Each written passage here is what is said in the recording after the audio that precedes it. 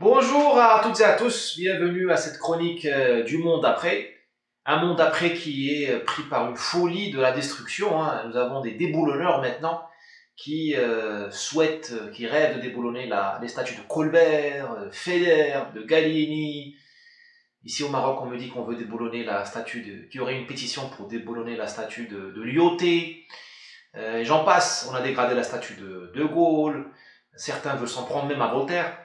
Tout ça parce que ces figures auraient cautionné le colonialisme, ou auraient même pratiqué, dans le cas de Gallieni, auraient participé ouvertement et massivement à des actions d'expansion territoriale au bénéfice de la France. Déjà, il y a de quoi être étonné de voir une jeunesse, parce que ce sont des jeunes qui font ça, une jeunesse passionnée de destruction, de tag, et non de construction, de création esthétique. Voilà, normalement, on juge une civilisation par les pyramides, par ses châteaux, Versailles, par ses jardins, par ses paysages. Là, vous avez une jeunesse qui tire une satisfaction morale du fait de taguer, de déboulonner des statues, de les décapiter. Ça ressemble plutôt à de la barbarie, hein, parce que normalement, il n'y a que les barbares qui dévastent, qui pillent, qui mettent à sac, et les civilisés, normalement, eux, ils composent, ils construisent. Bon, ensuite, on a l'impression que cette jeunesse-là, elle n'a rien trouvé à mieux à faire que de s'occuper des oppresseurs du passé. Voilà, on s'en prend à Gallieni qui est mort depuis belle lurette, on s'en prend à Lyoté, à De Gaulle, mais pourquoi on s'en prend pas aux bourreaux d'aujourd'hui? Je les vois porter des t-shirts de El Chapo Guzman, bah, commencez par les retirer, hein. Il y a aujourd'hui la barbarie installée en Libye, on massacre les Noirs, on pille, on viole, on détruit un peuple. Allez-y les gars, allez défendre les Libyens.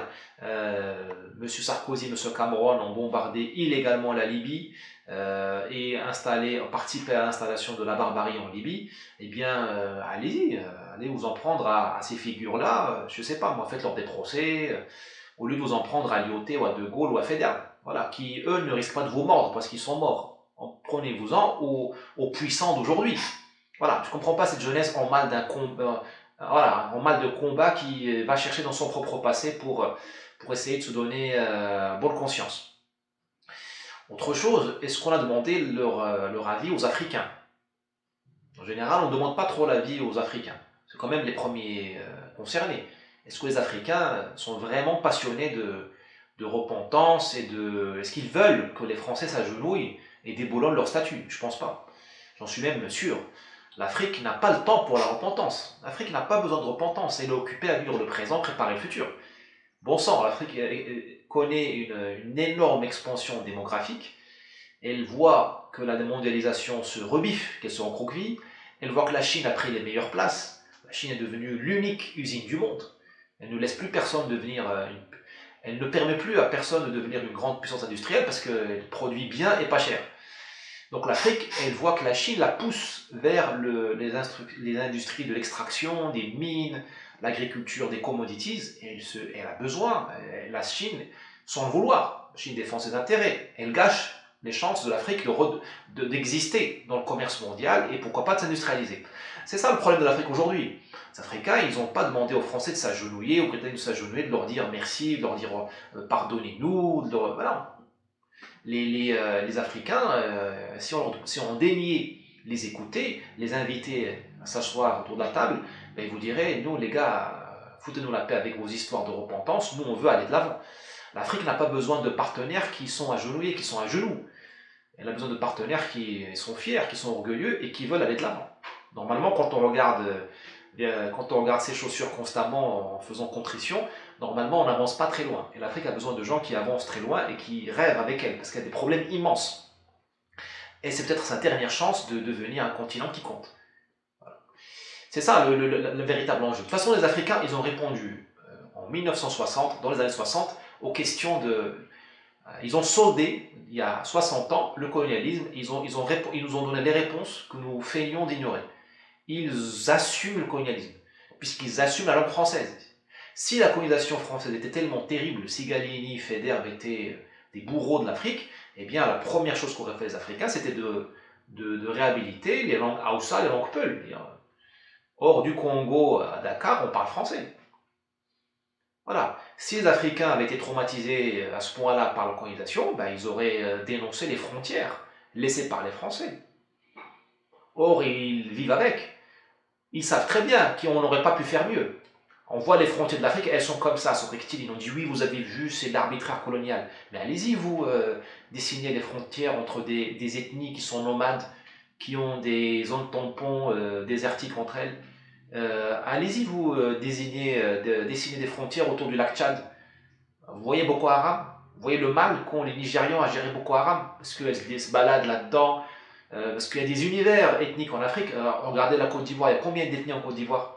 Si vous voulez vraiment les séparer, respecter les équilibres ethniques et les territoires, les langues, il y a combien de langues en Côte d'Ivoire? 60, 70?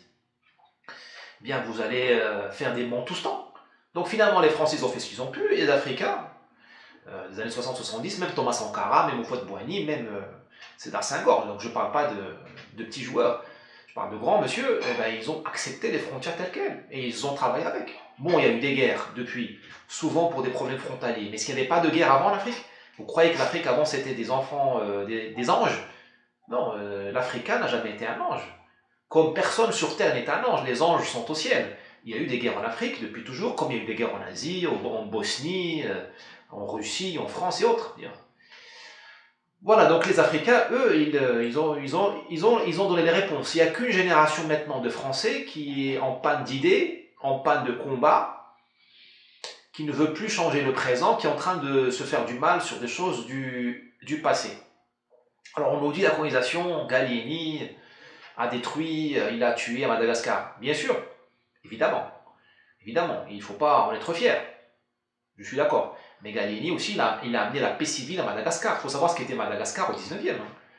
C'était plusieurs continents dans un continent. Déjà, Madagascar, c'est une île à part, c'est un continent. C'était plusieurs ségrégations. Il y avait plusieurs peuples à Madagascar. Il y avait un peuple d'élite autour du plateau central, de ce qui a donné Tananarive aujourd'hui, et vous aviez des peuples, des civilisations marginales au sud, à l'ouest, à l'est, qui étaient isolés du monde et qui étaient souvent rasiés par l'élément central, l'élément dominant. Vous ne pouvez pas aller d'un point A à un point B à Madagascar sans vous faire trucider. Donc la France a commis des exactions, évidemment, mais les a commis. Le résultat final était la paix civile à Madagascar. Et depuis, la population malgache a été multipliée par 2. C'est pas un hasard. Normalement, quand les gens font des enfants, c'est qu'ils sont pas trop malheureux. Et on est passé, je crois, de 3 millions, 2 millions et demi d'habitants à la fin du 19e, à l'arrivée des Français, du méchant Gallieni, à 5 millions, je crois, en 1960. À Madagascar, il y a eu un grand réveil. Il y a eu un grand réveil économique du pays avec l'arrivée de la France. Donc je dis, moi souvent, la colonisation était un viol, et donc on ne peut pas cautionner le viol. Donc il ne faut pas refaire la colonisation, mais il y a eu quand même un choc culturel qui a réveillé des civilisations qui avaient raté la modernité. De Dakar à Maputo, Mozambique, la colonisation, qu'elle soit française, britannique, même portugaise, elle a réveillé l'Afrique.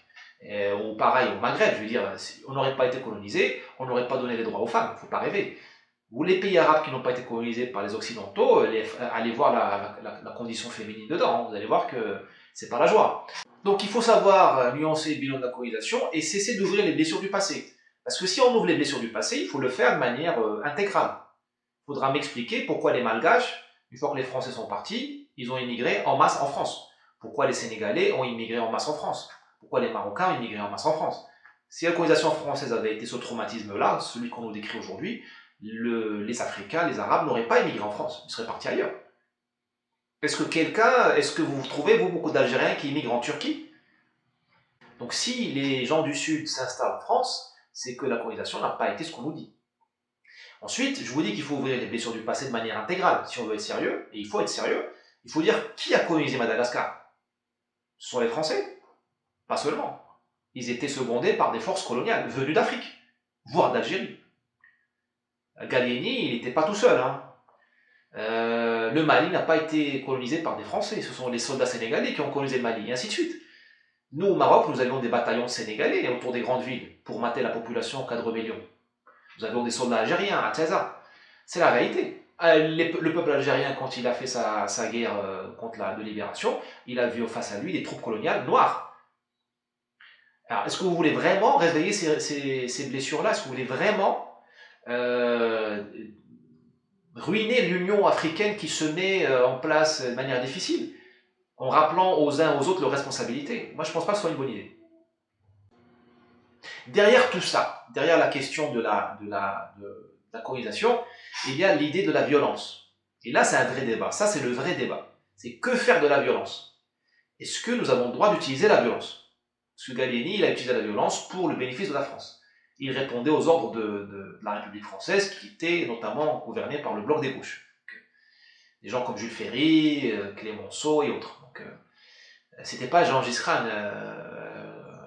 Gallieni, c'était pas une colonisation privée qu'il a fait.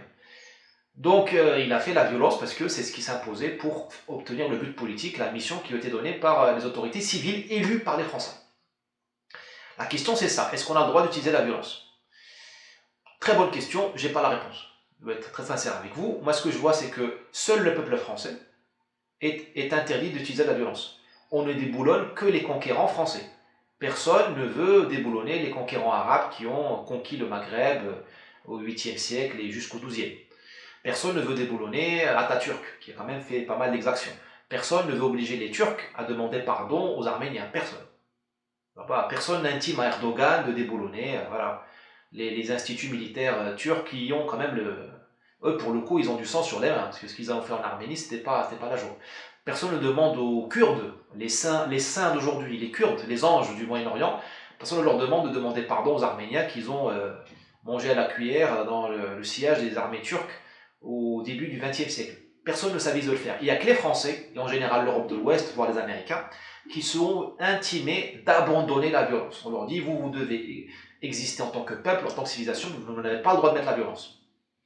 Donc c'est déjà très suspect comme approche.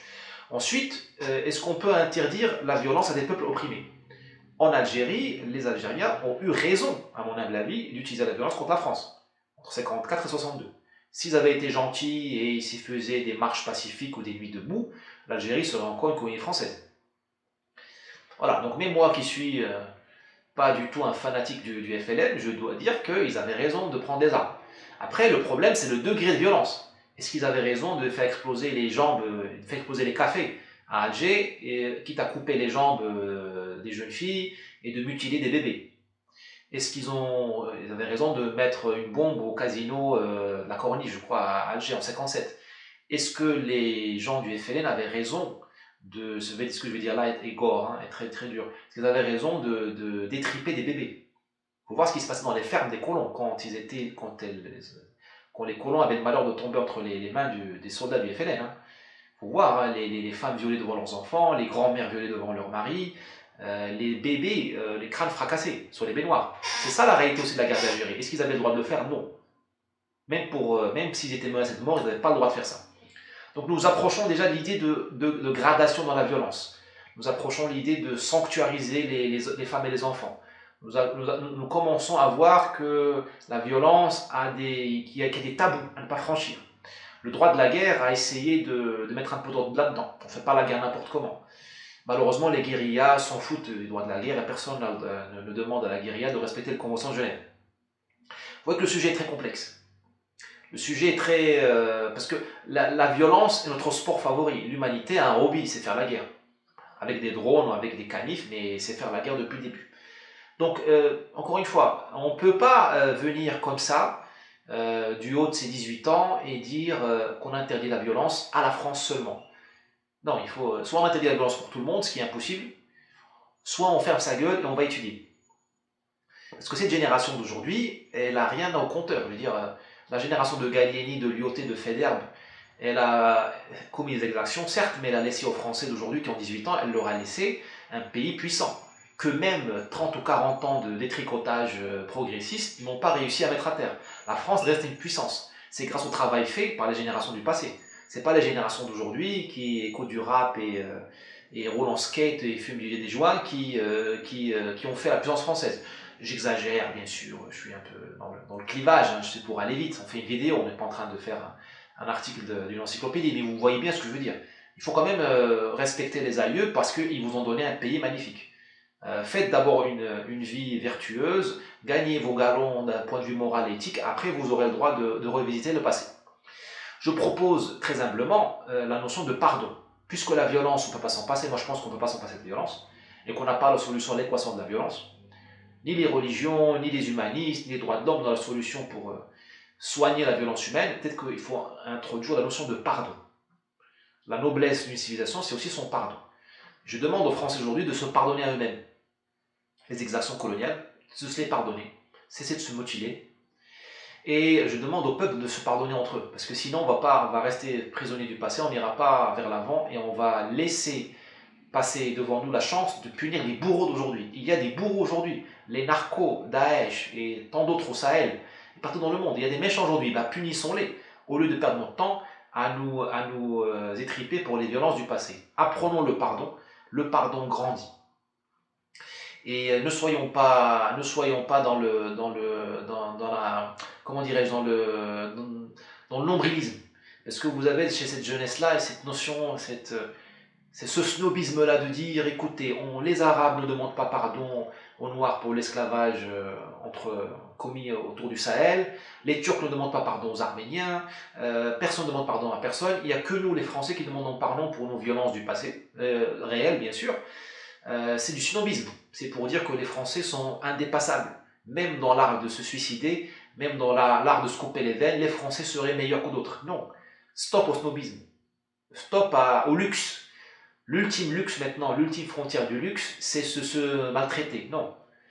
Les civilisations sont différentes. Il y en a qui sont supérieures à d'autres, mais pas par la pulsion de mort, par le snobisme de celui qui veut se suicider. Non. Pas par la repentance. Elles sont meilleures que d'autres par les valeurs morales qu'elles transmettent au monde, par la puissance technologique, par la démocratie. Eh bien, travaillons ça. Pardonnons-nous. Soyons très forts d'un point de vue démocratique. Soyons souverains. Soyons libres réellement, mais pas des gens confinés comme on a confiné les Français. On leur a enlevé leurs droits en 2 temps 3 mouvements. Voilà, soyons des hommes et des femmes libres avant de perdre notre temps sur les blessures du passé. Merci, je ne vous demande pas d'être d'accord avec moi, je vous demande juste d'accepter que le monde est complexe et que même la colonisation a été complexe, surtout la colonisation française. Et je vous demande juste d'être humble, soyons humbles. Nous n'avons pas la solution à tout et apprenons à vivre avec la frustration, donc à vivre avec le pardon. Merci, au revoir.